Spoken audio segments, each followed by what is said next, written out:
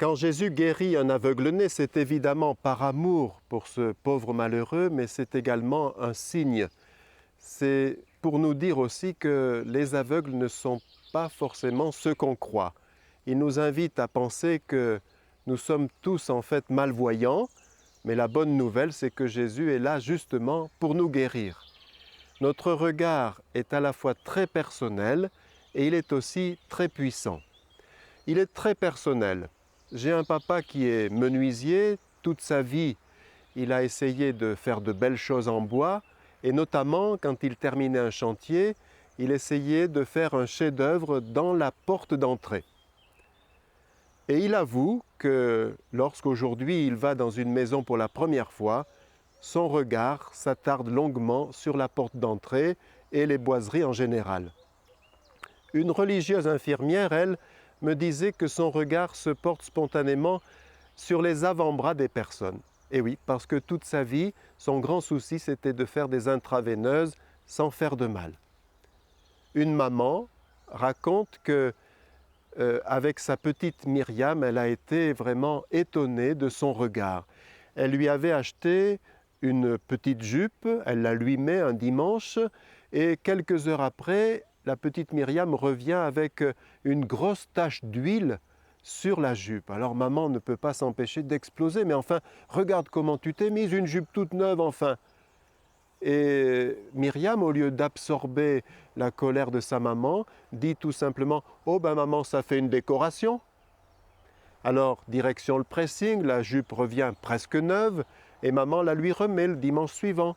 La petite va jouer avec ses cousins, elle revient, la jupe déchirée par les fils barbelés. Alors maman de nouveau explose. Réaction de Myriam « Oh maman, ça fait de la dentelle ». Et cette maman dit que Myriam a maintenant 25 ans, elle est toujours aussi positive et elle-même a dû changer un peu son regard en se disant simplement quel bonheur d'avoir une fille aussi positive.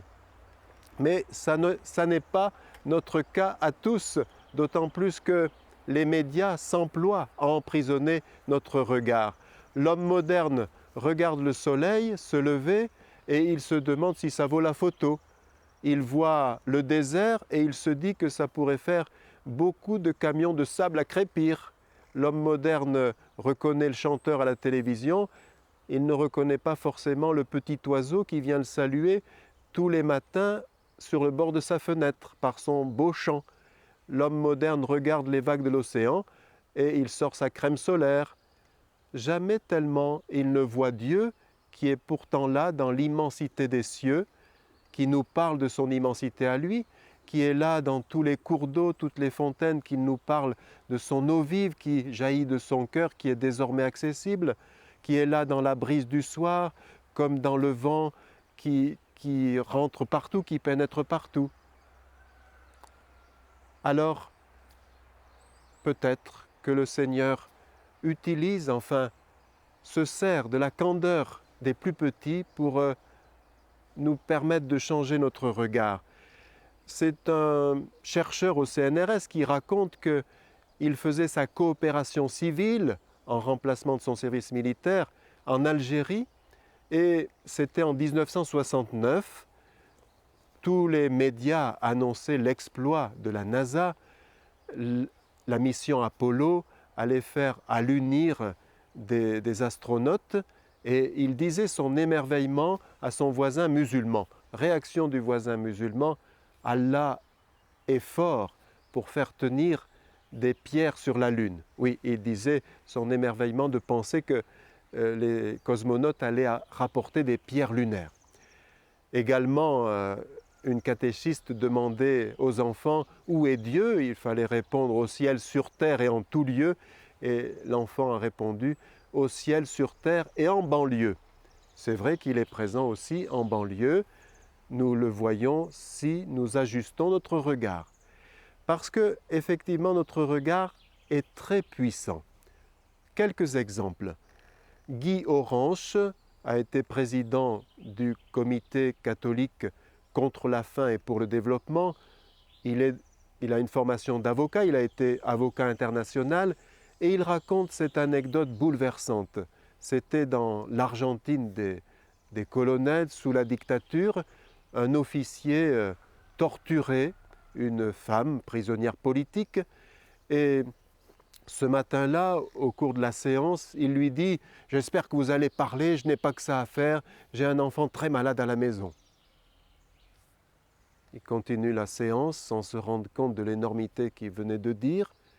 3 jours passent, il revient pour une autre séance de torture et cette femme dit à son tortionnaire « Comment va votre enfant ?»